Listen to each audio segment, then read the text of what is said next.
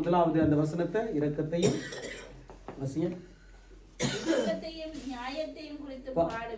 இரக்கத்தையும் நியாயத்தையும் குறித்து பாடுவேன். கர்த்தாவே உம்மை கீர்த்தனம் பண்ணுவேன். அப்ப முதலாவது என்ன சங்கீதக்காரன் தாவீது என்னத்தை சொல்லுகிறார்? இரக்கத்தை குறித்து தான் நான் மேன்மை பாராட்டுவேன். ஏன்? இரக்கத்தினாலே தான் என்னுடைய வாழ்க்கை ஒரு ஆசீர்வதிக்கப்பட்ட வாழ்க்கையா இருக்கிறது. அப்ப இயேசு கிறிஸ்துனுடைய இரக்கம் எப்படியாப்பட்ட ஒரு இரக்கமா இருக்கிறது? மகா பரிசுத்தம் உள்ளதானவர் இரக்கமா இருக்கிறது. அப்ப இரக்கம் செய்கிறவர் யார்? ஆண்டவர். அப்ப இரக்கத்தை கொடுக்கிறவர் யார்? அப்ப இரக்கத்தினாலே தான் என்னுடைய வாழ்க்கையிலே ரட்சிப்பு கிடைத்தது. இரக்கத்தினாலே தான் என்னுடைய வாழ்க்கை ஆசீர்வதிக்கப்பட்ட ஒரு வாழ்க்கையா இருக்கிறது. இப்ப இரண்டாவது வசனத்துக்கு நாங்கள் போகும் பொழுதே அந்த இரக்கத்தை பெற்றதான நமக்கு ஆண்டவர் சொல்லிக் கொடுக்கிற வசனத்தை பாருங்க, வாசிக்க பார்ப்போம். இப்ப உத்தமமான வழியிலே நான் எப்படி நடப்பேன் என்று கேட்டால் விவேகமாய் நடப்பேன். ஏன் என்று கேட்டால் இரக்கம் இருக்கிறபடியால் என்னுடைய வாழ்க்கையிலே விவேகம் கிடைக்கிறது. பரலோகத்திலிருந்து அந்த விவேகம் கிடைக்கிறது, அந்த ஞானம் கிடைக்கிறது, அந்த புத்தி கிடைக்கிறது. விவேகமாய் செய்ய எந்த சூழ்நிலையிலும் எந்த நேரத்திலும் நான் விவேகமாய் நடந்து கொள்கிறதுக்கு என்ன தேவைப்படுகிறது? எனக்கு கர்த்தருடைய இரக்கம் தேவைப்படுகிறது. அப்ப விவேகத்தை பெற்றுக் கொள்ளுகிறதுக்கு என்ன தேவை? கர்த்தருடைய இரக்கம் தேவை. அப்ப கர்த்தருடைய இரக்கம் இருக்கிறபடியால் என்னுடைய வாழ்க்கை எப்படியாய் நடக்கிறது? ஒரு விவேகம் உள்ள ஒரு காரியத்துக்குள்ள கர்த்தர் என்னை கண்டு போகிறார். எதையும் நான் செய்கின்ற பொழுது விவேகமாய் செய்கிறதுக்கு, எந்த சூழ்நிலையிலும் எந்த நேரத்திலும் என்னுடைய வாழ்க்கை விவேகமாய் கொண்டு செல்கிறதுக்கு கர்த்தர் எனக்கு அவருடைய இரக்கத்தினாலே எனக்கு முடிசூட்டுகிறவராய் இருக்கு. அடுத்தது பாருங்க, விவேகத்தினாலே அடுத்தது நடப்பேன். எப்பொழுது என்னிடத்தில் வருவீர்? பாருங்க, என்னுடைய வீட்டிலே, என் வீட்டிலே உத்தம இருதயத்தோடு நடந்து கொள்வேன். அப்ப உத்தம இருதயம் இதெல்லாம் நமக்கு சொல்றதுக்கு நேரம் இல்லை. ஆனால் ஒரே ஒரு காரியத்தை மாத்திரம் நாங்கள் பார்க்க போகிறோம், இரக்கம். அப்ப நம்முடைய ஆண்டவர் எப்படியாப்பட்டவர் ஆயிருக்கிறார்? இரக்கம் உள்ள தேவனாயிருக்கிறார். அப்ப இரக்கத்தில் ஐஸ்வர்யம் உள்ளவர் என்று வேதம் சொல்லுகிறது. இரக்கத்துக்கு முடிவில்லை என்று வேதம் சொல்லுகிறது. அப்ப இரக்கத்தினாலே நம்முடைய வாழ்க்கை எப்படியா இருக்கிறது? ரட்சிப்பினாலே நம்மை அலங்கரித்திருக்கிறார். இப்ப இன்றைக்கு இந்த இரக்கம் உலகத்தில் இருக்கிறதான மனிதர்களுக்கு அது கிடைக்கல. அப்ப இரக்கம் பெற்றவர்கள் யார்? ஆண்டவருடைய பிள்ளைகள். இரக்கம் பெறாதவர்கள் யார்? ஆண்டவரை ஏற்றுக்கொள்ளாதவர்கள். அப்ப இரக்கம் எங்களுக்கு கிடைத்திருக்கிறது. அந்த இரக்கத்தினாலே நாங்கள் தேவ சமூகத்திலே நாங்கள் கூடியிருக்கிறோம். இப்ப இரக்கத்தை பெற்றதான இந்த வசனத்தை நாங்கள் வாசிக்கும் பொழுது பாருங்க, ஏசாயா 33 அதிகாரத்திலே 5வது வசனத்தை கொஞ்சம் எடுத்து வாசிங்க பார்ப்போம். ஏசாயா 33:5 வரைக்கும் வாசிங்க பார்ப்போம். L'Éternel est élevé, car il habite en haut, il remplit Sion de droiture et de justice. Amen. Amen. தமிழ்ல வாசிங்க பார்ப்போம். கர்த்தர் உயர்ந்தவர், உன்னதத்தில் வாசமாயிருக்கிறார். பாருங்க, அவர் உன்னதத்தில் வாசமாயிருக்கிறார். அவர் சீயோனை நியாயத்தினாலும் நீதியினாலும் நிரப்புகிறார். இப்ப நீதியினாலும் நிரப்புகிறார். அப்ப ஒன்று இரக்கம், ஆண்டவர் இரண்டாவது நீதியினாலே நம்மை நிரப்புகிறவராயிருக்கிறார். இரக்கத்தை குறித்தும் நீதியை குறித்தும் நான் பாடுவேன் என்று சங்கீதக்காரர் சொல்லுகிறது போல, இப்ப ஏசாயா தீர்க்கதரிசி சொல்லுகிறார், கர்த்தர் உயர்ந்தவர், அவர் உன்னதத்தில் வாசம் பண்ணுகிறவராய் இருக்கிறார். அப்ப உன்னதத்தில் இருக்கிற ஆண்டவர் நமக்குள்ளே வாசம் பண்ணுகிறார். நமக்குள்ளே வாசம் பண்ணும் பொழுது என்ன நடக்கிறது? இரக்கத்தை நமக்கு காண்பிக்கிறவராய் இருக்கிறார். பாருங்க, நம்மளை பார்த்து சொல்வார்கள், ஒரு சிலர் நம்மளை பார்த்து சொல்லும் பொழுது இரக்க குணம் உள்ளவர்கள் என்று சொல்லுவார்கள். இப்ப இந்த இரக்க குணத்தை நாங்கள் எங்கே கற்றுக்கொண்டோம்? நம்ம பொறுத்தளவுல வேதத்திலே கற்றுக்கொண்டோம். ஆகவே தான் மத்திய எழுதின சுவிசேஷம் 5ஆம் அதிகாரத்திலே மலைப்பிரசங்கத்திலே இயேசு சொல்லும் பொழுது, இரக்கம் உள்ளவர்கள் பாக்கியவான்கள். யார் யார் மேல் இரக்கம் கொள்ளுகிறார்களோ அவர்கள் பாக்கியவான்கள், அவர்கள் பரலோகத்துக்குரியவர்கள், அவர்கள் ஆண்டவருடைய பிள்ளைகள், அவர் இயேசுவின் பிள்ளைகள் என்று நமக்கு தெரியும். இப்ப வேதத்தில இருந்து அருமையான ஒரு காரியம் நமக்கு தெரியும். இந்த ஆதியாகம புத்தகத்துல 19வது அதிகாரத்தை எடுத்துக்கொள்ளுங்க. 19வது அதிகாரத்தை அப்படியே வச்சுக்கொள்ளுங்க. இப்ப ஆதியாகமம் 19வது அதிகாரத்துல நீங்கள் பார்த்தீங்கன்னு சொன்னா 15வது வசனத்துல இருந்து 16வது வசனத்தை வரையும் ஒரு அருமையான ஒரு சம்பவம் நமக்கு சொல்லி கொடுத்திருக்கிறது. என்ன சொல்லி கொடுத்திருக்கிறது? இந்த குடும்பம் எப்படியாப்பட்ட ஒரு குடும்பம்? இந்த குடும்பத்துக்கு ஆண்டவர் வந்து இரக்கத்தை காண்பித்தார். எல்லா ஜனங்களுக்குமே இந்த இரக்கம் கிடைக்கப்படவில்லை. எல்லா மக்களுக்குமே இந்த சோதோம் குமாரா அழிக்கப்பட்ட பொழுதே அவர்கள் யாருக்குமே இரக்கம் கிடைக்கவில்லை. ஆனால் ஆண்டவர் வந்து நல்லோர் மேலும் தீயோர் மேலும் மழையை பெய்யப்படும் என்று அவருடைய வசனம் சொல்லுகிறது. ஆனால் எல்லாருக்கும் இரக்கத்தை காண்பிப்பேன் என்று அவருடைய வசனம் சொல்லுகிறது. ஆனால் இரக்கத்தை வேண்டாம் என்று தள்ளிவிட்டவர்கள் யார்? இந்த சோதோம் குமாரோட மக்கள்கள். ஆனால் இரக்கத்தை ஆண்டவர் இந்த குடும்பத்துக்கு பாருங்க எப்படி கொடுத்திருக்கிறார் என்று சொன்னா பாருங்க, வாசிங்க பாப்போம். முதலாவது 15வது வசனத்தை வாசிங்க பாப்போம். தம்பி நீங்கள் ஒரு வாசிங்க பாப்போம்.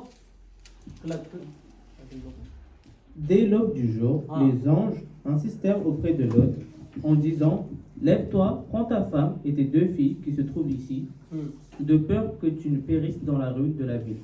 Et comme il tardait, les hommes le saisirent par la main, lui, sa femme et ses 2 filles, car l'Éternel voulait l'épargner. Ils l'emmenèrent et le laissèrent hors de la ville. Amen. Amen. வாசிங்க பாப்போம்.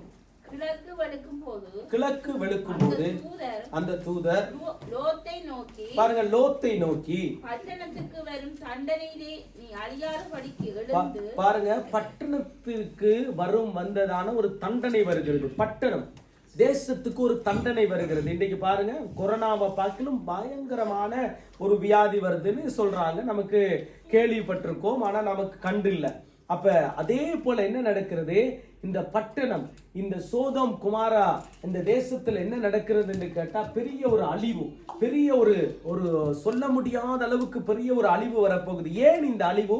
இவர்கள் பாவம் செய்து அக்கிரமம் செய்து என்ன நடக்கிறது? தேவனுடைய அந்த இருதயத்தை அவர்கள் அப்படியே, அந்த தேவன் இரக்கமுள்ளவர், அவர் கிருபையுள்ளவர், அவர் தயவுள்ளவர் என்று இவர்கள் கண்டு கொண்டும் இவர்கள் என்ன பண்ணிட்டாருன்னு கேட்டா அந்த சூழ்நிலைக்கு தள்ளப்பட்டார்கள். அப்ப அந்த சோதோம் குமார பட்டணம் எப்படி தள்ளப்பட்டது? அங்கே அவர்கள் பாவம் அக்கிரமம் எல்லாம் செய்து அந்த தேசம் அழியக்கூடிய ஒரு சூழ்நிலைக்கு வந்துருச்சு. வந்த உடனே தான் பாருங்க, ஆண்டவர் ஒரே ஒரு குடும்பத்தை தேர்ந்தெடுத்தார். இப்ப நமக்கு தெரியும், இந்த குடும்பத்துக்காக தேவ பாதத்துல இருந்தவர் யாருன்னு கேட்டா ஆபிரகாம். இப்ப ஆபிரகாம் வந்து ரொம்பவும் அப்படியே மனம் குளிர், அப்படியே உள்ளத்தின் ஆழத்திலிருந்து பரலோகத்தை நோக்கி பார்த்து ரொம்பவும் கஷ்டப்பட்டு ஜெபிக்கிறார். உள்ளத்தின் ஆழத்திலிருந்து அந்த என்ன சொல்றது, ஆவி ஆத்துமா சரீரம் முழுவதையும் அப்படியே தேவ சமூகத்துக்கு வருத்தி இவர் ஜெபிக்கிறார். என்னத்துக்கு ஜெபிக்கிறார்? இந்த குடும்பம் காக்கப்பட வேண்டும், இந்த குடும்பம் வந்து நல்லா இருக்க வேண்டும், இந்த குடும்பத்துக்கு பாதிப்பு வந்துடக்கூடாது என்று ஆபிரகாமுடைய ஜெபம். அப்ப ஜெபம், அந்த ஜெபத்தை ஆண்டவர் கேட்டு என்ன சொல்றாரு கேட்டா, இப்ப இந்த தேவ தூதர்கள் இந்த இடத்துக்கு போகிறார்கள், சோதமுக்கு போகிறார்கள். போகும் பொழுது இப்ப இவர்கள் சொல்லுகிற ஒரு வார்த்தையை பாருங்கள், வேதம் தெளிவாய் சொல்லுகிறது பாருங்க. வரும் தண்டனையிலே நீ அழியாத படிக்கு எழுந்து, அடுத்து வாசிங்க பார்ப்போம். உன் மனைவியையும் இங்கே இருக்கிற உன் 2 குமாரத்திகளையும், பாருங்க, இங்கே இருக்கிற உன்னுடைய 2 குமாரத்திகளையும் அழைத்து கொண்டு போ என்று சொல்லி அவனை துரிதப்படுத்தினார்கள். அவர்கள் அவனை எப்படி பண்றார்கள்? துரிதப்படுத்தினார்கள். கஷ்டப்பட்டு நீ போ, இங்க இருக்காத. பாருங்க, நாம சொல்லுவோம் ஒரு சில நேரங்கள்ல நமக்கு ஏதாவது ஆபத்து வந்துச்சுன்னா, பொல்லாப்பு வந்துச்சுன்னா இங்க இருக்கக்கூடாது, நம்ம எப்படியாவது தப்பி பிழைச்சிக்கணும், எப்படியாவது ஓடி போயிடணும், இந்த இடத்துல இருக்கக்கூடாது. ஏதாவது மண் சரிவோ, இப்ப பாருங்க இலங்கையில தொடர்ச்சியாய் மழை, கொஞ்சம் மழை வந்துச்சு, டெல்டா புயல்னு ஒன்று வந்துச்சு, பல இடங்கள் அழியப்பட்டுச்சு, வீடுகள் எல்லாம் தரைமட்டமா ஆக்கப்பட்டுச்சு. இப்ப மறுபடியும் மழை வந்தபடியால் ஜனங்கள் வெளியே போகக்கூடிய சூழ்நிலை ஆனபடியால் என்ன நடக்குது? இலங்கைக்கு அப்படியே விலைவாசி எல்லாம் கூடி போயிட்டு, இலங்கைக்கு என்னன்னு தெரியல, அடுத்தடுத்து சில விதமான ஒரு பக்கம் அங்க யுத்தம், எத்தனையோ வருஷக்கணக்கு யுத்தம். சரி, யுத்தம் முடிஞ்ச பிறகு இன்னொரு காரியம் வந்துச்சு. என்னன்னு கேட்டா, அவர்களுக்கு கொரோனா வந்துட்டு சரி, ஒரு பக்கம் இருந்துச்சு பெட்ரோல் பிரச்சனை, இன்னைக்கு மழை பிரச்சனை, இப்படியே தொடர்ந்து பிரச்சனை வரும் பொழுதே அந்த ஜனங்களுக்கு தாங்க முடியல, ரொம்ப கஷ்டமான ஒரு சூழ்நிலைக்கு போய்விட்டார்கள். அதே போல என்ன நடக்கிறதுன்னு கேட்டா, இப்ப அழிவு, இப்ப மழையினால ஜனங்கள் என்ன பண்றார்கள்? ஒரு கூட்ட ஜனங்கள் அப்படியே அழிந்து கொண்டு போகிறது. வீட்டுல இருப்பாங்க, ஆனால் மனுஷரி வந்துச்சுன்னா அப்படியே வீடு அப்படியே அடிச்சு போயிரும், உள்ளுக்குள்ள மண்ணுக்குள்ள பதிஞ்சிருவாங்க. ரொம்ப வேதனைக்குரிய ஒரு விஷயம். அப்ப அதே போல இந்த தேசத்தை ஆண்டவர் காக்கணும், இந்த குடும்பத்தை ஆண்டவர் காக்கணும். இப்ப என்ன பண்றாரு? ஆபிரகாம் தேவனுடைய பாதத்திலிருந்து ஜெபிக்கிறார். ஜெபிக்கும் பொழுது அந்த ஜெபத்தை கேட்டவுடன் என்ன நடக்குது? இப்ப அவர்கள் சொல்லுகிறார்கள், துரிதப்படுத்தினார்கள் என்று சொன்னால், நீ போ, இங்க இருக்காத, இந்த தேசம் அழிய போகுது, இதோ அழிய போகிறது. ஏன்? இந்த இருக்கிறதான இந்த குடும்பத்துக்கு என்ன? ஆண்டவர் இரக்கத்தை காண்பிக்கிறார். இப்பதான் இதுல அடுத்த வசனத்தை நீங்க ஒரு வாசிங்க தம்பி பார்ப்போம். 16வது வசனத்தை அவன் Et comme il tardait, les hommes le saisirent par la main, lui, sa femme et ses 2 filles, car l'Éternel voulait l'épargner, et l'emmenèrent et le laissèrent hors de la ville. Amen. Amen. வாசிங்க பாப்பா சமுதேக்கா. அவன் தாமதித்துக் கொண்டிருக்கும் போது, பாருங்க, அவன் தாமதித்துக் கொண்டிருக்கும் போது கர்த்தர் அவன் மேல் வைத்த இரக்கத்தினாலே, பாருங்க, கர்த்தர் அவன் மேல் வைத்த இரக்கத்தினாலே அந்த புருஷர் அவன் கையையும் அவன் கையையும் அவன் மனைவியின் கையையும் அவன் மனைவியின் கையையும் அவன் 2 குமாரத்திகளின் கையையும் பாருங்க, அவன் 2 குமாரத்திகளின் கையையும் பிடித்து அவனை பட்டணத்துக்கு வெளியே கொண்டு போய் விட்டார்கள். பாருங்க, பட்டணத்துக்கு சோதோம் குமாருக்கு வெளியே கொண்டு போய் விட்டு விட்டார்கள். இப்ப நமக்கு ஒரு சோதம் இருக்கிறது. நமக்கு ஒரு சோதம் எங்க இருக்கிறது? பிரான்ஸ்ல தான் நமக்கு ஒரு பெரிய ஒரு சோதம், சுற்றி ஒரு சோதம். என்ன சோதம்? நமக்கு தெரியும். இன்றைக்கு சோதம போலதான் இந்த தேசம் கொஞ்சம் கொஞ்சமா அப்படியே கண்ணுக்கு தெரியாத அளவுக்கு வந்து கொண்டே இருக்கிறது. சில நேரங்களில் நமக்கு புரிந்து கொள்ள முடியாது. அந்த அளவுக்கு ஒரு மோசமான ஒரு சூழ்நிலை வந்துட்டு, அப்ப அந்த அளவுக்கு மோசமான ஒரு காரியங்கள் தேசத்தை சுற்றி இருக்கிறது. ஆனால் ஆண்டவர் நம்மை பாதுகாத்திருக்கிறார், நம் குடும்பத்தை பாதுகாத்திருக்கிறார், நம்முடைய பிள்ளைகளை பாதுகாத்திருக்கிறார். எப்படி பாதுகாத்திருக்கிறார்? அவருடைய இரக்கத்தினாலே நம்மை பாதுகாத்திருக்கிறார். இப்ப நம்முடைய வாழ்க்கையில என்ன? நமக்கு இரக்கம் பெற்றவர்கள். அப்ப நம்மளுக்கு ஆண்டவருடைய இரக்கம் இருக்கிறபடியா நம்ம என்ன பண்றோம்? நமக்கு என்னதான் வியாதி வந்தாலும் சரி, சுற்றி இருக்கிறதான தேசம், இங்க இருக்கிறதான பாவம் நிறைஞ்சு, அக்கிரமம் நிறைஞ்சு, ரொம்ப கஷ்டமான ஒரு சூழ்நிலைக்கு இருந்தாலும் தேவனுடைய இரக்கங்களினாலே நாங்கள் முடிசூட்டப்பட்டோம் என்று வேதம் சொல்லி. இன்னைக்கு பாருங்க, நல்ல அருமையான 103வது சங்கீதத்துல இரக்கம் இரக்கம் கிருபை கிருபை அடுத்தடுத்து வந்து கொண்டே இருந்துச்சு. அப்ப என்ன காரணம் என்று கேட்டா, ஆண்டவர் நம்முடைய வாழ்க்கையில அந்த இரக்கத்தை வைத்திருக்கிறபடியால் தான் நாங்கள் பாதுகாக்கப்படுகிறோம். அப்ப பாருங்க, இந்த குடும்பத்தின் மேல கர்த்தர் இரக்கம் வைத்தார். அப்ப லோத்துனுக்கு மாத்திரம் இல்ல, லோத்துனுடைய பிள்ளைகளுக்கு, லோத்துனுடைய மனைவிக்கு, எல்லாருக்கும் ஒரு இரக்கத்தை ஆண்டவர் காண்பித்தபடியால் தான் என்ன பண்றாரு? அந்த தேசம் அழிந்து போய்விட்டது, அந்த தேசம் அநியாயமாய் போயிட்டு, அந்த தேசம் அப்படியே அக்கிரமத்தினாலே நிறைந்து, பாவத்தினாலே நிறைந்து, சோதம் அழிந்து போகிற சூழ்நிலைக்கு போய்விட்டது. ஆனால் கடைசி நேரத்தில், அழிந்து போகின்ற நேரத்திலே ஆண்டவர் என்ன பண்றார்? இந்த குடும்பத்தை அப்படியே வேறு பிரித்து கொண்டு வருகிறார். பல தடவை இந்த காரியத்தை நாங்கள் தியானிச்சிருக்கிறோம். ஆனால் இன்றைக்கு நாங்கள் பார்க்க போகின்ற ஒரு காரியம் என்னவென்று கேட்டால், லோத்தினுடைய குடும்பத்துக்கு ஆண்டவர் இரக்கத்தை காண்பித்தார்.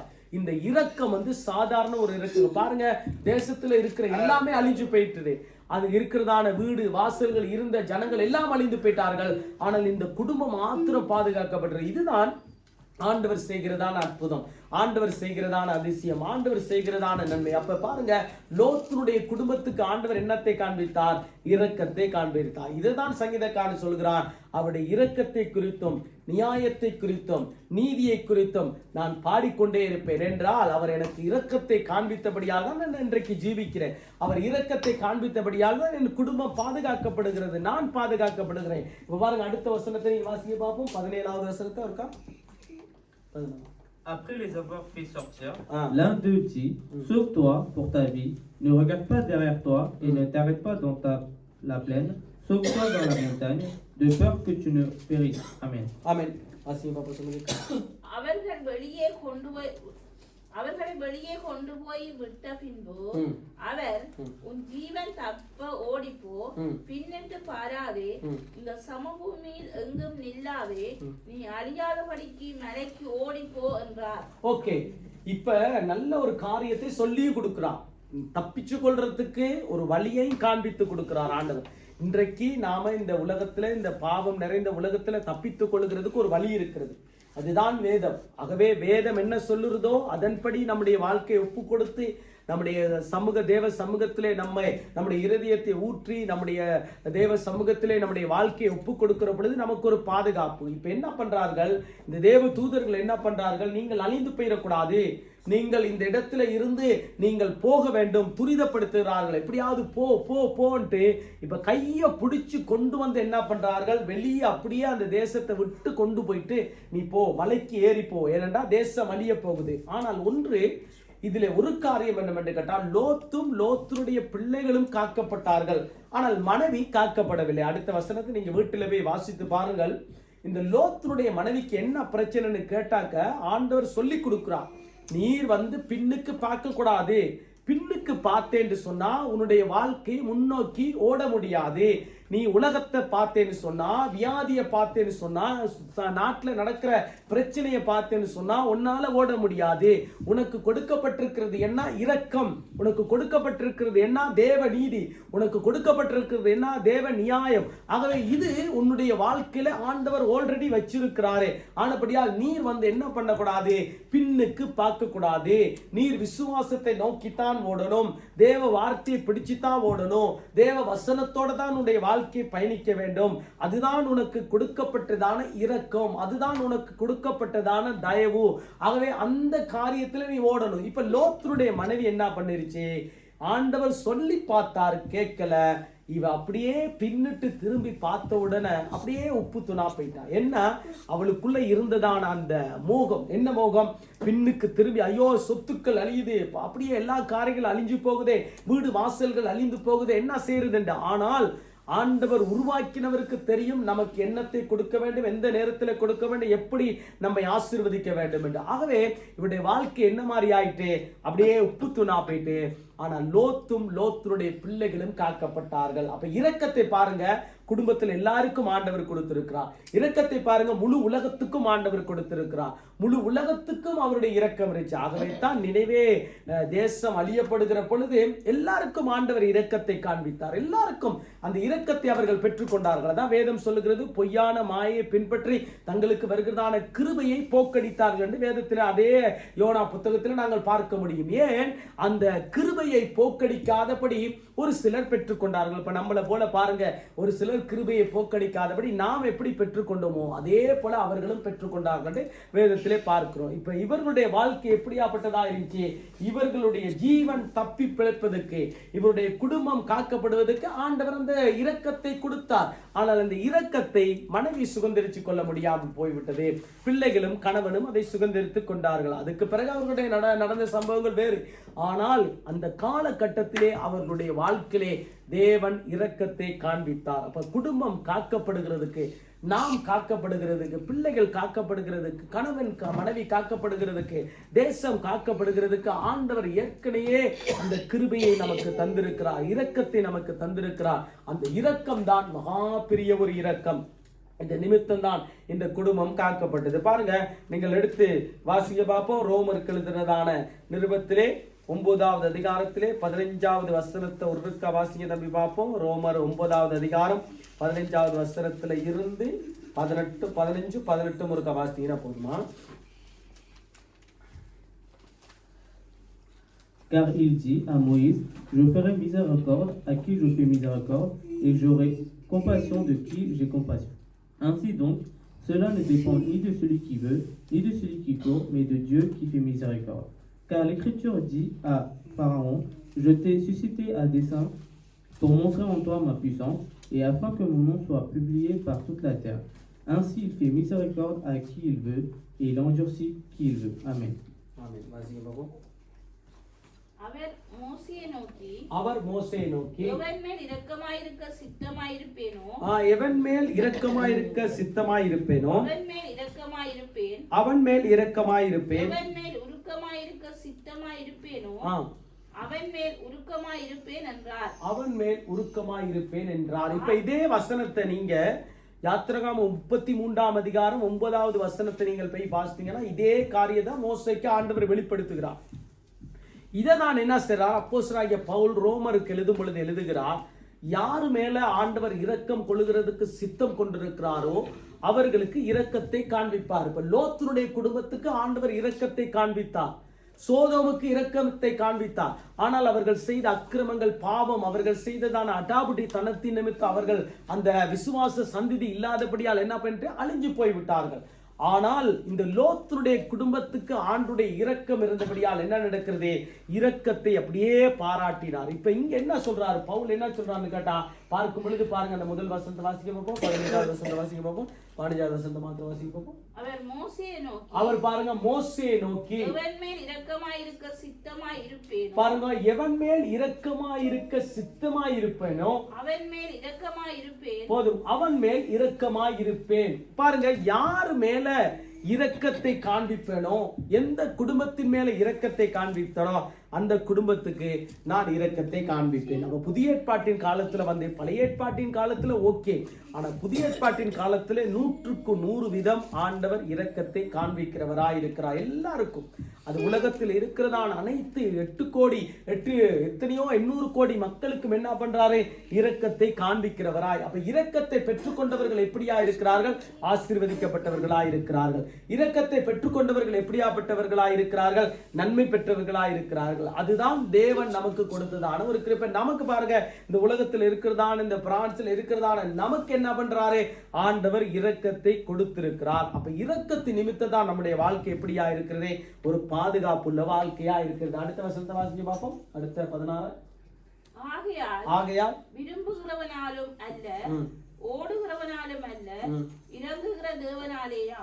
பாருங்க, ஓடுறனாலையும் இல்ல, ஆகவே அப்படி இப்படி போற ஆட்களாகவும் இல்ல, ஆனால் இறங்குகிற கர்த்தராலே தான் அந்த இரக்கத்தை காண்பிக்க முடியும். 18வது வசனத்தை பார்க்கும்போது பாருங்க, நல்லா அழகா போட்டிருக்கு. 18வது வசனம் பார்ப்போம். ஆதலால் எவன் மேல் இரக்கமாயிருக்க சித்தமாயிருக்கிறாரோ அவன் மேல் இரக்கமாயிருக்கிறார். எவனை கடினப்படுத்த சித்தமாயிருக்கிறாரோ அவனை கடினப்படுத்துகிறார். அப்ப 2 காரியம் சொல்லப்படுகிறது. ஒன்று என்னவென்று கேட்டால், யார் மேல இரக்கத்தை காண்பிக்கிறாரோ அவர்கள் இரக்கத்துக்குரியவர்களாயிருப்பார்கள்.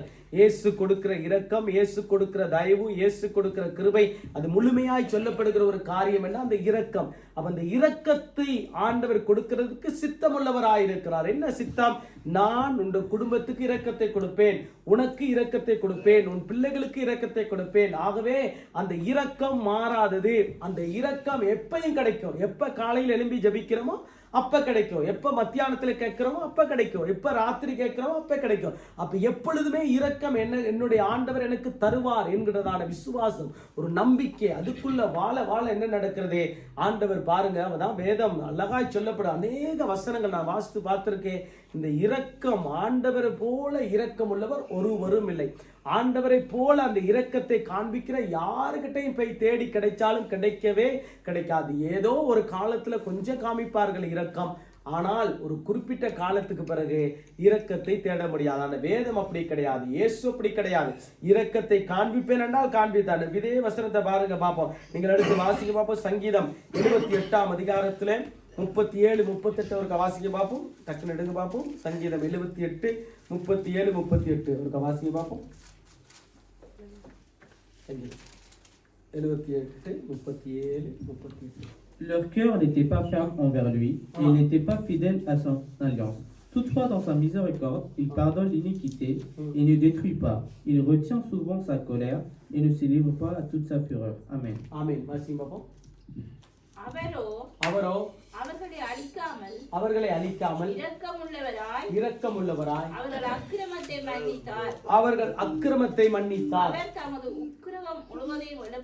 பாருங்க, உக்கிரம் முழுவதையும் எழுப்பாமல் அநேக தரம் தமது கோபத்தை விலக்கிவிட்டார். இப்ப பார்க்கும் பொழுது பாருங்க, வாசிங்க பாப்போம். இன்னொருத்தர் அந்த வசனத்தை வாசிங்க பார்ப்போம். 37 ஒருக்கா வாசிங்க பார்ப்போம். அவர்கள் இருதயம் அவரிடத்தில் நிலைவரப்படவில்லை. பாருங்க, அவர்கள் இருதயம் அவரிடத்தில் நிலைவரப்படவில்லை. அவருடைய உடன்படிக்கையில் அவர்கள் உண்மையாய் இருக்கவில்லை. அவருடைய உடன்படிக்கையில் அவர்கள் உண்மையாய் இருக்கவில்லை. இப்ப 2 காரியம். ஒன்று, ஆண்டவருடைய இருதயத்துக்கு தகுந்த மாதிரி அவருடைய வேலை நடக்கல. இரண்டாவது ஆண்டவர் கொடுத்ததான இந்த உடன்படிக்கை, இது இஸ்ரவேல் ஜனங்களை குறித்து சொல்கிறது. என்ன உடன்படிக்கை? ஆண்டவரை தவிர வேற ஒருவரை நாங்கள் சேவிக்க மாட்டோம், 10 கட்டளைகளுக்குள்ள நாங்கள் இருப்போம். ஆகவே ஆண்டவர் தான் எங்களுக்கு எல்லாம். விசுவாசிக்க என்ன நடக்கிறது? எங்களுக்கு மன்னா கிடைக்கிறது. விசுவாசித்து அவரிடத்துல கேட்கும் பொழுது என்ன பண்றாரு? தண்ணி கிடைக்குது. நாங்க எங்கெல்லாம் போகிறோமோ அங்கெல்லாம் எங்களுக்கு பலன் இருக்கிறது. எப்படி கிடைக்கிறது?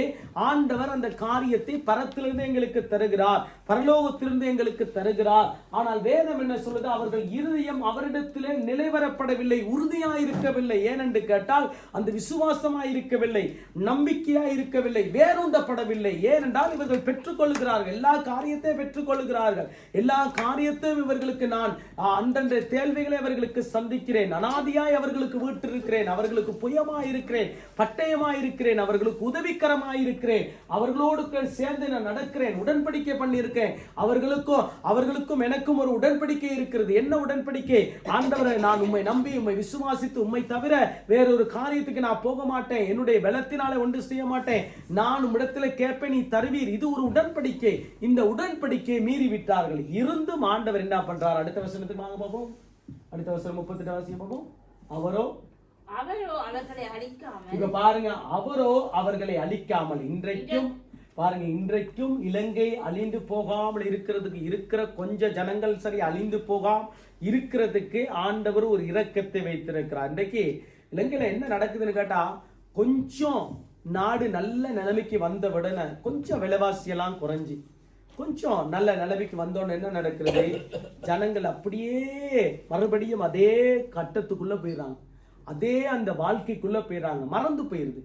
ஆண்டவர் செய்ததான அந்த இரக்கம் மறந்து போயிருது, ஆண்டவர் செய்ததான அந்த தயவு மறைந்து போயிருது. விற்கிற ஆராதனை அப்படியே அங்கங்க ஜனங்கள் ஒருவரை ஒருவர் பட்சிக்கிற ஒரு காரியத்துக்குள்ள உயர்வு தாழ்வு, பணக்காரன் ஏழை, ஜாதி பிரச்சனை, இப்படி தொடர்ந்து இப்படியே கொஞ்ச நாள் நல்லா இருப்பார்கள்.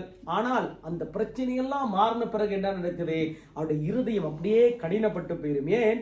ஆண்டவரை விட்டு தூர போயிரும், ஆண்டவரை அறியத்தக்கதான இருதயம் இல்லாமல் போயிரும், ஆண்டவரை விசுவாசிக்கத்தக்கதான இருதயம் இல்லாமல் போயிரும். ஆனால் அதுக்கு பாருங்க, இன்றைக்கு இந்தியாவை நம்ம பாராட்டணும். ஒரு பக்கத்துல என்னன்னு கேட்டா, நமக்கு தெரியும் இப்ப வந்திருக்கிறதான பிரசிடென்ட் தமிழ்நாட்டில் நமக்கு தெரியும், சட்டசபையில இருக்கிறவர், அவர் ஒரு சிஎஸ்சி சபையா இருக்கலாம், நமக்கு தெரியாது, நல்ல அருமையாய் பேசுகிறார். என்ன பேசுகிறார்? ஒரு சாதாரண ஒரு காரியம் இல்லை. இந்தியாவுல இவ்வளவு காலங்கள் அவர்கள் ஜெபித்த ஜெபத்துக்கு ஒரு முடிவை ஆண்டவர் கொடுத்திருக்கிறார். கொஞ்ச காலம் இருந்தாலும் எத்தனை வருஷம் இருப்பாருன்னு நமக்கு தெரியாது, ஆண்டவருடைய வேலை. ஆனால் இருக்கிற காலங்களை பாருங்க, ஒரு பார்லிமெண்ட்டுக்குள்ளே இயேசுனுடைய அன்பை விவரிக்கிறதுனா இது லண்டன்லயே நடக்காது. லண்டன்ல மகாராணியிட இடம் இருக்குது, வெள்ளமா இருக்குது. ஆனால் அங்கேயே இப்ப ட்ரம்போட வாழ்க்கை நமக்கு தெரியும். ட்ரம்ப் இன்றைக்கு இருப்பாரு, நாளைக்கு வேற எங்கேயாவது ஓடி போயிடுவாரு. ட்ரம்ப் இன்றைக்கு ஒரு மாதிரி கதைப்பாரு, நாளைக்கு எங்கேயாவது முஸ்லீம் நாட்டில் போயிட்டு அவனோட கை கவுத்துருவார், அல்லான்னு ஓடி போயிடுவார். ஆனால் இவர் அப்படி கிடையாது. வந்திருக்கிறவர் பாருங்க, அவர் சொல்லும் பொழுதே இதுதான் சாட்சி. அவர்களே சொல்றாங்க, இவருடைய முகத்துல ஒரு சாந்த குணம் இருக்கிறது, இவருடைய பேச்சில் ஒரு அமைதி இருக்கிறது. இவருடைய முகத்தை பார்க்கும் பொழுது ஒரு பாருங்க, ஆண்டவருடைய பிள்ளைக்கும் மற்றவர்களுக்கும் வித்தியாசம் இருக்குது. பேசுகிற பேச்சிலே வித்தியாசம் இருக்கிறது, முகத்திலே வித்தியாசம் இருக்கிறது, பார்வையிலே வித்தியாசம் இருக்கிறது, கண்ணை முழிக்கிறதுல வித்தியாசம் இருக்கு. இப்ப பாருங்க, இதெல்லாம் ஒரு சாதாரண காரியம் இல்ல, இதெல்லாம் ஆண்டவர் செஞ்சதான ஒரு காரியம். சட்ட சபையிலே ஒரு பாராளுமன்றத்திலே இப்படியாப்பட்ட ஒரு காரியத்தை செய்கிறதுக்கு ஆண்டவர் கிருபை உள்ளவர், இரக்கம் உள்ளவர் என்று சொன்னால் ஏன் நம்முடைய வாழ்க்கையில செய்ய மாட்டார்? இருக்கட்டும். பாருங்க, அவரே அவர்களை அழிக்காமல், பாருங்க, யாரையுமே அழிக்கிறதுக்கு ஆண்டவர் சித்தம் கொள்ளல. அடுத்த வசனத்து வார்த்தை இரக்கம் உள்ளவர், அவர்களுடைய பாருங்க, முதலாவது ஒன்று சொல்லுது, அவரே அவர்களை அழிக்காமல் இரக்கம் உள்ளவராய் அவர்கள் அக்கிரமத்தை மன்னித்தார். அப்ப இரக்கம் இருந்தபடியாதான் நடந்துச்சு, இஸ்ரவேல் ஜனங்களுக்கு மன்னிப்பு இருந்துச்சு. எவ்வளவுதான் என்னத்தான் செஞ்சாலும் ஆண்டவர் விட்டு விட்டு விட்டு விட்டு வந்தாரு. ஆனா ஒரு கால கட்டத்துக்கு பிறகு தாங்க முடியல. ஆனால் அப்படி இருந்தும் ஆண்டவர் என்ன செய்கிறார்? அவர்களை அழிக்காமல், இன்றைக்கும் தேசத்தை அழிஞ்சு போகாமல், நாட்டுல இங்கே அழிஞ்சு போகாமல், இலங்கை இந்தியா அழிந்து போகாமல் இருக்கிறதுக்கு ஆண்டவர் என்ன பண்றதுன்னு கேட்டா, அவருடைய இரக்கத்தை காண்பிக்கிறார். இரக்கத்தை காண்பித்து அக்கிரமத்தை மன்னித்தார். அவர் தமது உக்கிரம் முழுவதையும் எழுப்பாமல் அநேக தரம் தமது கோபத்தை விலக்கி விட்டார். ஒரு தரம் ரெண்டு தரம் இல்ல, அநேக தரம் கோபத்தை விலக்கி விட்டார். இப்ப அடுத்த இரண்டாவது ஒரு காரியத்துக்குள்ள நாம போவோம். ஆதியாகமம் 21ஆம் அதிகாரத்துல இப்ப ஆண்டவருடைய இரக்கத்தை ஆண்டவர் காண்பித்ததான ஒரு அருமையான ஒரு சம்பவம் பாருங்க. ஆதியாகமம் 21க்கு போவோம், அடுத்து கொஞ்ச நேரத்துல முடிச்சிடும். நாங்கள் 21ஆம் அதிகாரத்துல நாங்கள் பார்த்தோம்னு சொன்னா 15வது வசனத்துல இருந்து 19வது வசனத்து வரை நமக்கு தெரியும். இப்ப 15வது வசனத்தை எடுக்கப்பட்ட டக்குனு ஆதியாகமம் 21 இரண்டாவது அவருடைய இரக்கத்தை யார் மேல் காமிக்கிறார் என்று பார்ப்போம். வாசிங்க பார்ப்போம். Quand l'eau de l'outre fut épuisée, elle laissa l'enfant sous un des arbrisseaux et alla s'asseoir vis-à-vis à une portée d'arc, car elle disait, quand que je ne vois pas mourir mon enfant. Elle s'assit donc vis-à-vis de lui, éleva la voix et pleura. Dieu entendit la voix de l'enfant et l'ange de Dieu appela du ciel Agar et lui dit, qu'as-tu Agar? Ne crains point, car Dieu a entendu la voix de l'enfant dans le lieu où il est. Lève-toi, prends l'enfant, saisis-le de la main, car je ferai de lui une grande nation. Et Dieu lui ouvrit les yeux, et il vit un puits d'eau, et il alla remplir d'eau l'outre, et donna à boire à l'enfant. Dieu fut avec l'enfant, qui grandit, habita dans le désert, et devint tireur d'arc. Il habita dans le désert de Paran, et sa mère lui prit une femme du pays d'Égypte. Amen. ஆமென். வாசிங்க பார்ப்போம். துருத்தியிலிருந்து தண்ணீர் செலவழிந்த பின்பு சரி, துரத்தியில் இருந்த தண்ணீர் செலவழிந்த பின்பு பிள்ளையை ஒரு செடியின் கீழே விட்டு பிள்ளையை ஒரு செடியின் கீழே விட்டு பிள்ளை சாகதை நான் பார்க்க மாட்டேன் என்று பிள்ளை சாகிறதை நான் பார்க்க மாட்டேன் என்று எதிராக அம்புபாயும் தூரத்திலே போய் அம்புபாயும் தூரத்திலே போய் உட்கார்ந்து சத்தமிட்டு அழுதாள். உட்கார்ந்து சத்தமிட்டு அழுதாள். தேவன் பிள்ளையின் சத்தத்தை கேட்டார். இப்ப தேவன் பிள்ளையின் சத்தத்தை கேட்டார். தேவதூதன் வானத்திலிருந்து ஆகாரை கூப்பிட்டு பாருங்க, தேவ தூதன் வானத்திலிருந்து ஆகாரை கூப்பிட்டு ஆகாரே ஆகாரே உனக்கு என்ன சம்பவித்தது? உனக்கு என்ன சம்பவித்தது? பயப்படாதே, பயப்படாதே. பிள்ளை இருக்கும் இடத்திலே தேவன் அவன் சத்தத்தை கேட்டார். பாருங்க, பிள்ளை இருக்கும் இடத்திலே தேவன் அவன் சத்தத்தை கேட்டார். நீ எழுந்து பிள்ளை எடுத்து அவனை உன் கையினால் பிடித்துக் கொண்டு போ, உன் கையினாலே பிடித்துக் கொண்டு போ, அவனை பெரிய ஜாதியாக்குவேன் என்றார். சரி, ஓகே. இது நமக்கு தெரிஞ்ச ஒரு சம்பவம், அருமையான ஒரு சம்பவம். இப்ப இந்த காரியத்தை நாம அடிக்கடி நாங்கள் படிச்சிருக்கிறோம். இந்த ஆகாருடைய காரியத்தை நாங்கள் பார்த்திருக்கிறோம்.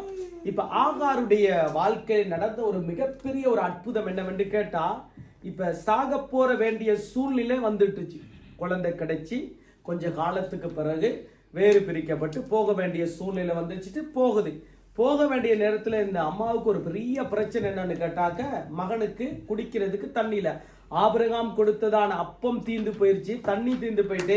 இது ரெண்டுமே இல்லாட்டி என்ன நடக்கும்? அடுத்த ஸ்டெப் எடுத்து வைக்க முடியாது. பாலைவனத்துல அடுத்து போக முடியாது. பாலைவனத்துல எங்க போய் தண்ணியை தேடுறது? பாலைவனத்துல என்ன இருக்கும்? மணல் தான் இருக்கும். வேற என்னத்த இருக்க போது? ஒன்றும் இருக்காது. இப்ப பாலைவனத்துல போக போக போக போக என்ன நடக்குது? காற்றடிக்குது, புயல் அடிக்குது, வெயில் அடிக்குது. ஆனால் இதை தாங்க முடியல. ஏனென்று கேட்டா உடம்பு ஃபுல்லா காயக்கூடிய சூழ்நிலை வந்துட்டு. அப்ப இருதயம் குளிரணும், சரீரம் குளிரணும். அப்பதான் அடுத்து நடக்க முடியும். நடக்க வேண்டிய சூழ்நிலைக்கு தண்ணி இல்லை. ஆனால் தண்ணி இல்லாத பொழுது அதுதான் ஆண்டவர் இயற்கைக்கு அப்பால் பட்ட காரியங்களை செய்கிறார் என்று வேதத்திலே நாங்கள் பார்க்கிறோம். இதுதான் அனாதியாய் தேவன் என்றென்றைக்கும் வீற்றிருக்கிறார் என்று வேதத்திலே பார்க்கிறோம். அனாதி சிநேகத்தினால் என்னை இழுத்து கொண்டார், அவருடைய காரியத்தினால் என்னை சேர்த்து கொண்டார் என்று பார்க்கிறோம். எண்ணி முடியாத அதிசயங்களினாலே கர்த்தர் எனக்கு அற்புதம் செய்கிறார் என்று வேதத்திலே பார்க்கிறோம். இதுக்கு ஒப்பான ஒரு அடையாளம் தான் இந்த ஆகாருடைய வாழ்க்கையில ஆண்டவர் செய்த ஒரு காரியம். ஏன் நம்முடைய வாழ்க்கையில அதான் கடந்த வெள்ளிக்கிழமை நாள்ல பாஸ்டர் வர முடியாமல் போய்விட்டு அந்த எரேமியா தீர்க்கதரிசியினுடைய புத்தகத்தை நாங்கள் பார்த்தோம். பார்க்கும் பொழுது என்ன, நன்மையானாலும் சரி தீமையானாலும் சரி கர்த்தர் என்னத்தை சொல்லுகிறாரோ அதற்கு நாங்கள் கீழ்ப்படுகிறோம். அப்ப இவர் என்ன, அவருடைய வாழ்க்கையில என்ன, இப்ப நல்லோர் மேலும் தீயோர் மேலும் ஆண்டவர் மலையை பெய்ய பண்ணுகிறது போல இந்த ஆகாரினுடைய கண்ணீரை ஆண்டவர் பார்க்கிறார். பரத்திலிருந்து பார்க்கும் பொழுது என்ன நடக்கிறது? சும்மா இருக்கல. ஆண்டவர் என்ன பண்றார்? தன்னுடைய இரக்கத்தை காண்பிக்கிறார். இரக்கத்தை காண்பித்து ஒரு காரியத்தை செய்யும் பொழுதே பாருங்க, அந்த வசனம் சொல்லுகிறது. வாசிங்க பாப்பா, சுமதியை திரும்ப இருக்கா வாசிங்க பாப்போம். 14 இருக்கா வாசிங்க பாப்போம். ஆபிரகாம் அதிகாலையில் எழுந்து பாருங்க, ஆபிரகாம் அதிகாலையில எழுந்து ஒரு துருத்தி தண்ணீரையும் எடுத்து பாருங்க, ஒரு துருத்தி தண்ணீரையும் எடுத்து ஆகாருடைய தோளின் மேல் வைத்து பாருங்க, ஆகாருடைய தோளின் மேல் வைத்து பிள்ளையும் ஒப்புக் கொடுத்து பிள்ளையும் அவளிடத்துல ஒப்பு கொடுத்து அவளை அனுப்பிவிட்டான். அவள் புறப்பட்டு போய் பெர்சேபாவின் வனாந்தரத்திலே பாருங்க, பெர்சேபாவின் வனாந்தரத்திலே, இதுதான் வனாந்தரம். இந்த வனாந்தரத்துக்கு போன உடனே துரத்தில் அடுத்த 15வது வசனத்தை வாசிக்கப்போ துரத்தில இருந்த தண்ணீர் செலவழிந்த பின்பு, இப்ப துரத்தில இருந்ததான தண்ணி, கொடுத்ததான தண்ணி செலவழிஞ்சிட்டு அடுத்து அவள் பிள்ளை ஒரு செடியின் கீழே இப்ப என்ன பண்றது? தண்ணி இல்ல, முடிஞ்சு போயிட்டு, கொண்டு போன தண்ணி முடிஞ்சு போயிட்டு. இப்ப பிள்ளை சாகாம இருக்கிறத சாகணுங்கிறத பார்க்கக்கூடிய ஒரு சூழ்நிலைக்கு போன என்ன பண்ணுகிறது? தூர கொண்டு போய் தாய் வச்சுவிட்டு அப்படியே பார்க்கிறா என்ன நடக்க போகுது. அப்பதான் ஆண்டுடைய சத்தம் கேட்கிறது, இதோ ஆகாரே, இதோ குழந்தையினுடைய சத்தத்தை நான் கேட்டேன். அப்ப குழந்தை அழுகிற ஒரு சத்தத்தையே ஆண்டவர் கேட்டு தண்ணி இல்லாத ஒரு இடத்துல தண்ணீர் கொடுப்பார் என்று சொன்னா அவர் எவ்வளவு பெரிய ஒரு இரக்கமுள்ள ஆண்டவர். இதுதான் நாங்க விசுவாசித்து நாம வாசிக்க வேண்டிய ஒரு பகுதி. தண்ணியே இல்லை, ஆனால் குழந்தையினுடைய சத்தத்தை ஆண்டவர் கேட்டார். குழந்தையினுடைய சத்தத்தை கேட்டவுடனே ஆண்டவர் பரத்திலிருந்தே அதற்கு ஏற்ற வழியை ஆயத்தப்படுத்தி கொடுக்கிறார். இன்றைக்கு நம்முடைய வாழ்க்கையிலே என்ன தேவைகளோ என்ன காரியங்களா இருந்தாலும் ஒன்று நாம் கற்றுக்கொள்ள வேண்டிய ஒரு காரியம், இந்த ஆகாரனுடைய வாழ்க்கையில பாருங்க, வனாந்தரத்திலே போன பொழுது ஆகாருடைய வாழ்க்கையை கர்த்தர் கண்ணோக்கி பார்த்து அந்த பிள்ளையினுடைய வாழ்க்கையை கண்ணோக்கி பார்த்து தள்ளிவிடல. ஆண்டவர் ஆகார் ஒரு வேண்டாத ஒரு ஜாதிதான், அவள் தேவையில்லாத ஒரு ஜாதிதான், ஆகவே வாக்குத்தத்தத்தின் பிள்ளை இல்லதான், தேவைப்படல, ஆண்டவர் அப்படியே விடல. ஆனால் அந்த சூழ்நிலை, அதுதான் வேதம் அழகாய் நமக்கு காண்பித்து கொடுக்கிறதே.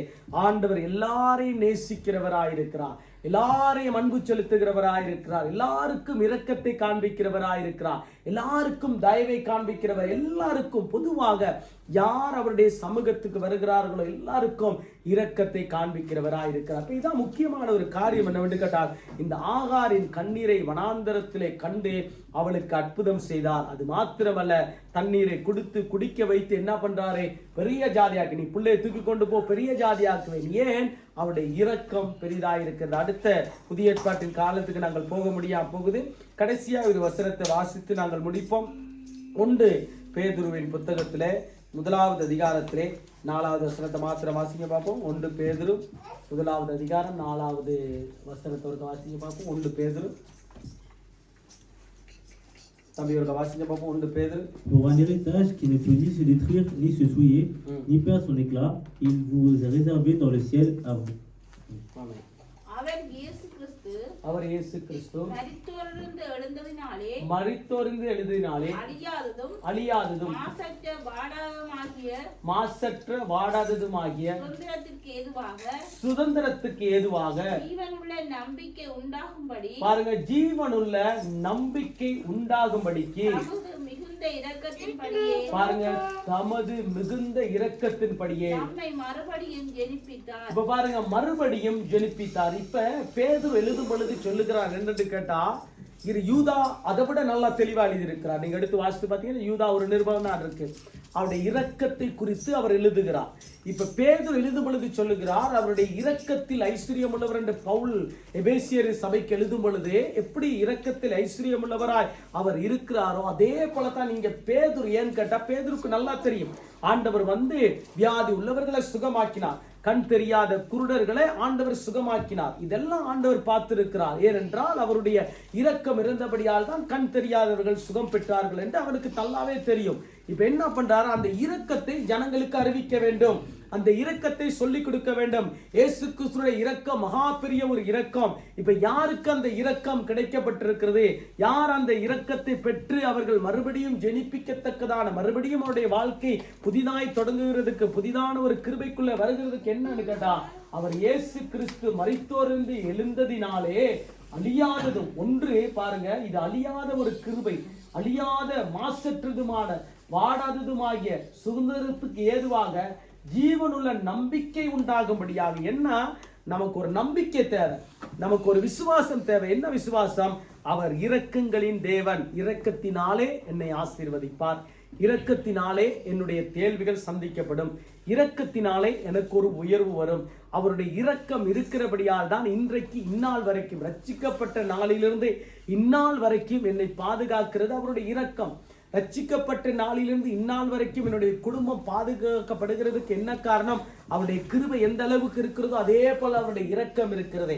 அவருடைய இரக்கம் இருக்கிறபடியால் தான் என்னுடைய குடும்பம், என்னுடைய பிள்ளைகள் ஒவ்வொரு நாளிலும் பாதுகாக்கப்படுகிறது. நான் என்னுடைய தேவைகள், அநேக தேவைகள் இருக்கிறதே, ஆனால் எல்லாவற்றையும் ஆண்டவர் சந்திக்கிறார். காரணம் என்ன?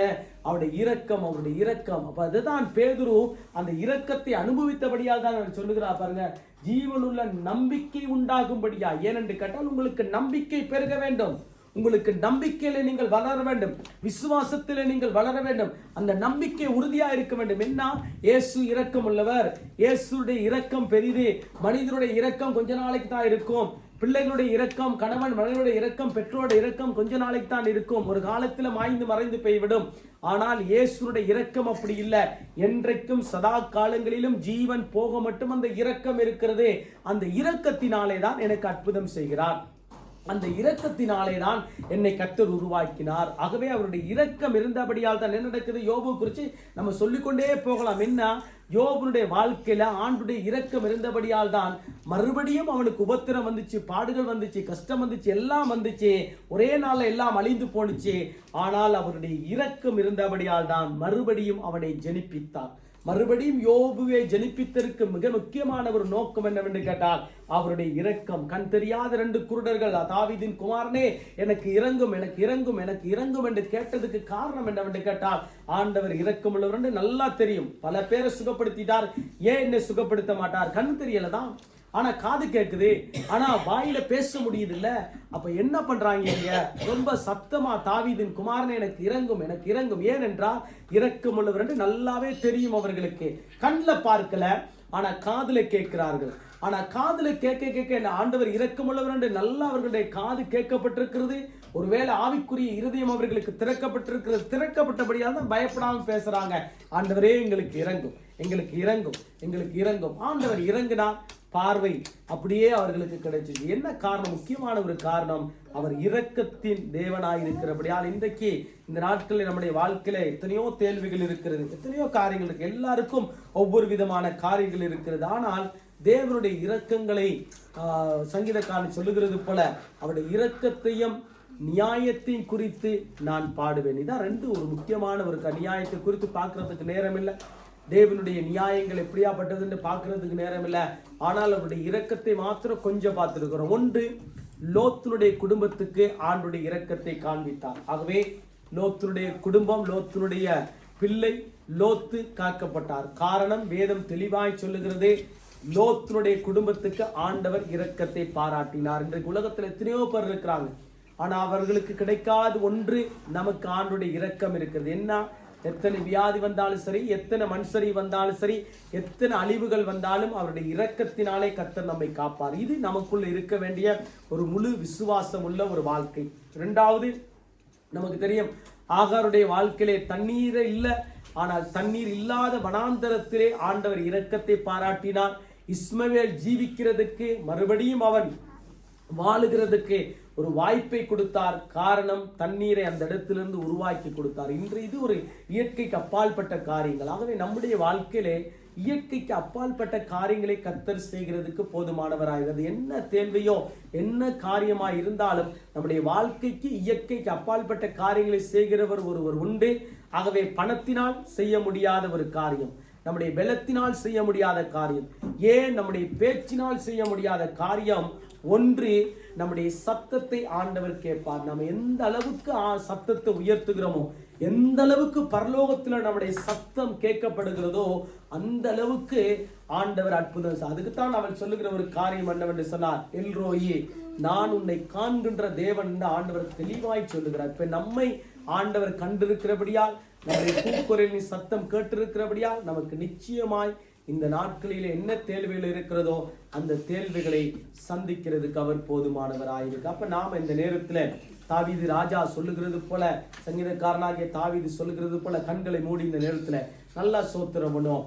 ஆண்டவரே அந்த தாவீது சொன்னதான அந்த காரியத்தை நினைவு கூறுகிறோம் ஆண்டவரே.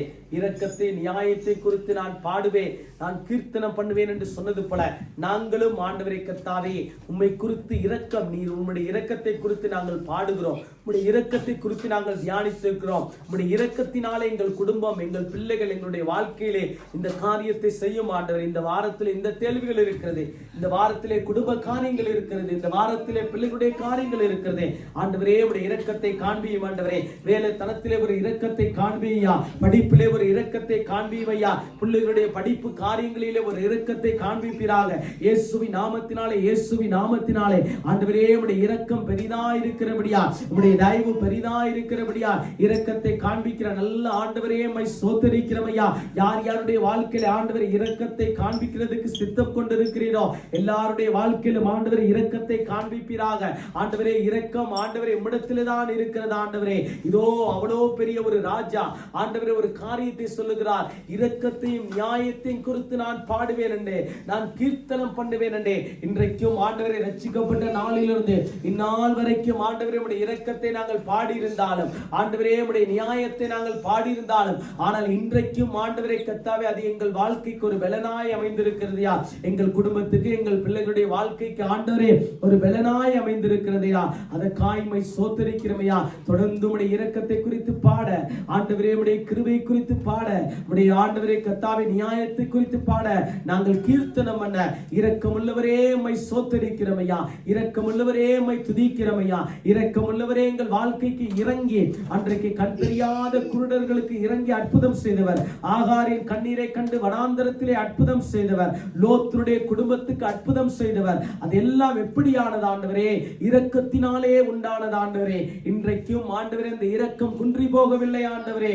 இதோ இன்றைக்கும் ஆண்டவரே இந்த இரக்கம் குறைந்து போகவில்லை ஆண்டவரே. யார் மேல் ஆண்டவரே இரக்கம் காண்பிக்கிறதுக்கு சித்தம் கொண்டிருக்கிறீரோ நாங்கள் எல்லாரும் உடைய பிள்ளைகள் ஆண்டவரே. குடும்ப காரியங்கள் சந்திக்கப்படுவதாக, படிப்பு காரியங்கள் சந்திக்கப்படுவதாக, பொருளாதார காரியங்கள் சந்திக்கப்படுவதாக, விசா காரியங்கள் சந்திக்கப்படுவதாக, வேலை காரியங்கள் சந்திக்கப்படுவதாக ஆண்டவரே. இன்னுமாக வீட்டு காரியங்கள் சந்திக்கப்படுவதாக. என்னென்ன காரியங்கள் ஆண்டவரே தடைபட்டிருக்கிறதோ எல்லா தடைகளை நசரனாகிய இயேசு கிறிஸ்துவின் நாமத்தினாலே முறியடித்த ஆண்டவரே உம்முடைய இரக்கங்களை முன்னிட்டு ஆண்டவரே எங்களுக்கு அற்புதம் செய்வீராக. எந்த இடத்துக்கு நாங்கள் இந்த வாரத்திலே போகிறோமோ அந்த இடத்திலெல்லாம் ஆண்டவரே உம்முடைய இரக்கத்தை காண்பிப்பீராக, உம்முடைய இரக்கத்தை காண்பிப்பீராக, உம்முடைய இரக்கத்தை காண்பித்து எங்களுக்கு அற்புதம் செய்வீராக, இரக்கத்தை காண்பித்து அதிசயம் செய்யும்படியாக இயேசுவின் நாமத்தினாலே ஜெபிக்கிறோம் நல்ல பிதா.